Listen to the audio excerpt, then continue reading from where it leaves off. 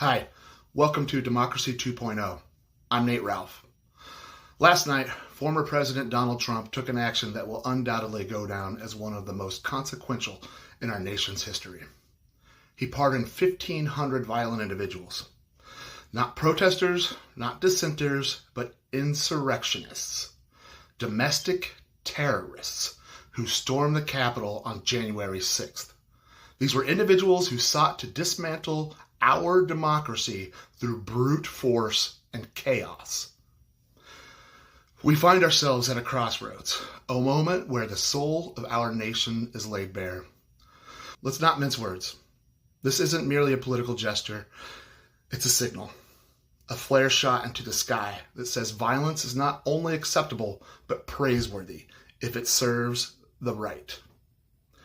It's an assault on the very idea of democratic governance, a demolition of the fragile structure we've spent centuries constructing.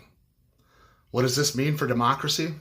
It means the rule of law, the glue that holds the fabric of our nation together, is no longer sacred. It's been replaced by the rule of might, by the doctrine that power justifies all means. If violent acts can be absolved with a signature, what's left to deter the next assault on our institutions? What's left to protect the voice of the people? The message is chillingly clear. Violence is a viable political strategy for Republicans. And what of decency? What of the moral compass that should guide our society? It's spinning out of control, lost in the fog of this new reality created by Trump and his sycophants.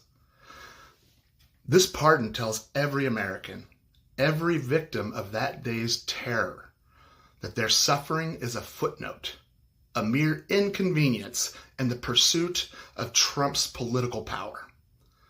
Decency, respect for human dignity, the sanctity of our institutions, these are now up for negotiation, expendable in the face of political expediency, according to Republicans. What does this say about that Republican Party and their stance on violence? The silence, or worse, the applause from GOP ranks is a deafening indictment. This is no longer a party of law and order. It's a party that has normalized, even celebrated, violence as a tool for political gain. This isn't a drift from conservative principles. It's a headlong plunge into fascism.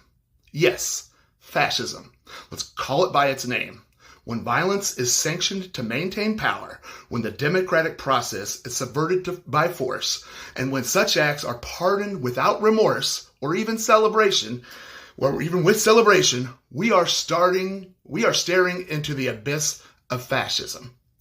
In his first few hours back in office, Trump pardoned violent seditionists and insurrectionists who attacked our Capitol in a blatant attempt to overturn a democratic election.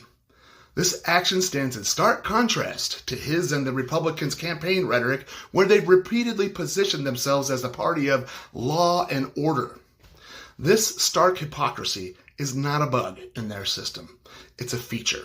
As A.R. Moxon insightfully puts it, it's best to understand that fascists see hypocrisy as a virtue. It's how they signal that the things they are doing to people were never meant to be equally applied. It's not an inconsistency. It's very consistent to the only true fascist value, which is domination. By pardoning these violent actors while espousing law and order, they reveal a consistent strategy. The law is a tool for domination, selectively enforced to serve Republican ends, rather than a standard to be upheld universally. The path forward cannot be a simple reboot of our current system.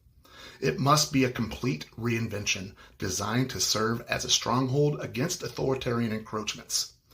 This new direction must be firmly rooted in a renewed commitment to accountability, justice, and unequivocal rejection of violence as a political tool.